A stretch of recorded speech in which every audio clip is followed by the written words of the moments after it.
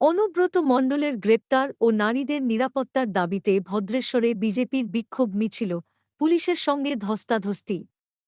অনুব্রত মণ্ডলের অবিলম্বে গ্রেপ্তার, চন্দননগর মহকুমায় দুষ্কৃতী দৌরাত্ম্য রোধ এবং নারীদের নিরাপত্তা নিশ্চিত করার দাবিতে আজ দুপুরে ভদ্রেশ্বর গেটবাজার থেকে থানার উদ্দেশ্যে এক বিশাল প্রতিবাদ মিছিল সংগঠিত করে ভারতীয় জনতা পার্টি। হুগলি জেলা বিজেপির পক্ষ থেকে সংগঠিত এই কর্মসূচিতে নেতৃত্ব দেন জেলা বিজেপির সাধারণ সম্পাদক সুরেশ সাউ। মিছিলটি দুপুর প্রায় 12টা নাগাদ ভদ্রেশ্বর থানার সামনে পৌঁছালে পুলিশ থানা গেট বন্ধ করে দেয়। এর ফলে বিজেপি কর্মীদের সঙ্গে পুলিশের মধ্যে শুরু হয় তীব্র বাকবিতণ্ডা এবং ধস্তাধস্তি। পরিস্থিতি কিছু সময়ের জন্য উত্তপ্ত হয়ে ওঠে।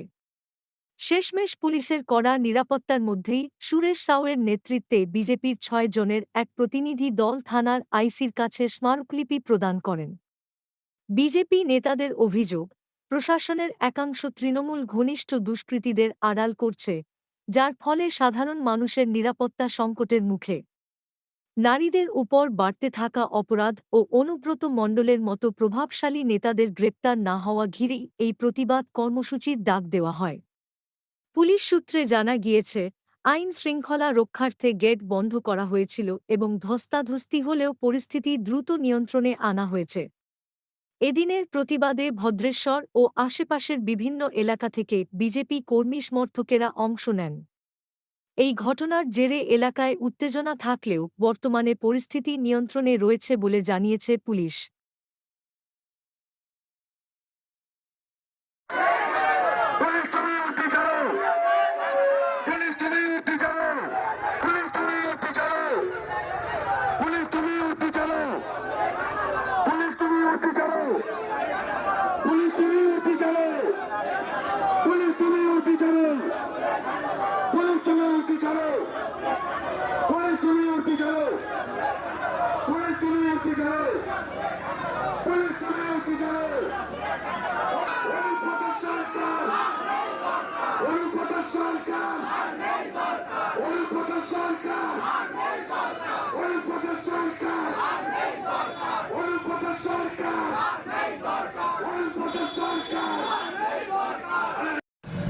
মা বউকে নিয়ে একজন আইসিকে যেভাবে কুরুচিকর আক্রমণ করেছে অনুব্রত মণ্ডল, তাতে আমরা মনে করি সমাজের সকল নারী সমাজের মান সম্মান হানি হয়েছে।